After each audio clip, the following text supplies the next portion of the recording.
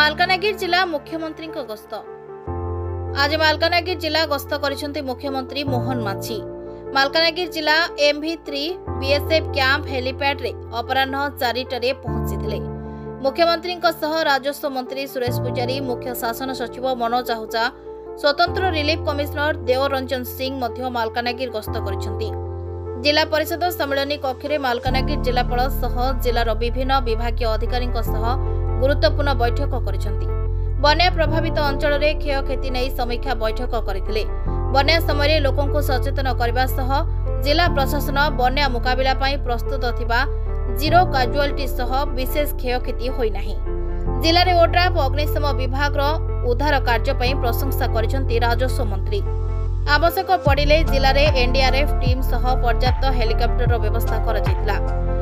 जिले में 8830 हेक्टर चाष जमी जलमग्न होई व्यापक शस्य क्षयक्षति होईछि। 576टी घर आंशिक भांगी, 71टी घर संपूर्ण भांगी, 15 तलुआ पोल रही। तेणु बन्या पानी रे बुड़ी जोगाजोग विच्छिन्न होईछि। तेणु वर्षक मध्य डिसेम्बर 2025 सुधा उच्चा पोल निर्माण शेष करा। बन्या प्रभावित लोकों जहाँ क्षतिग्रस्त होईछि सेमानकु खूब शीघ्र क्षतिपूरण दियाजिबो बोली राजस्व मंत्री सुरेश पुजारी कहते। सेपटे मुख्यमंत्री गस्त को नहीं बन्या प्रभावित लोक मानकु खूब शीघ्र क्षतिपूरण मिलिबो बोली आशा करिसेंती। संभाव्य डीप डिप्रेशन एवं तजनित वर्षा बाबद मेटालोजिकल सर्वे ऑफ इंडिया पक्षर आमको अवगत कराइला।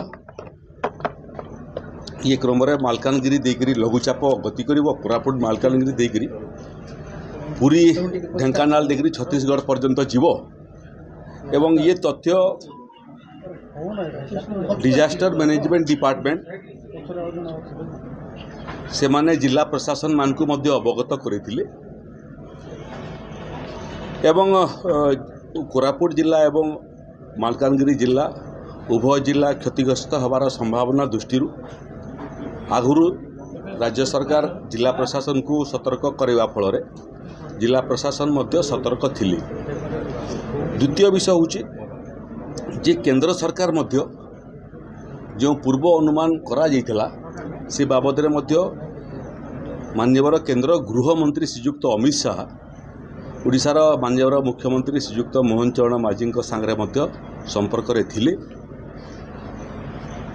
ओडिशा मालकानगिरी जिलारू स्वतंत्र प्रतिनिधि बादल विश्वाल को रिपोर्ट मंथन लाइव।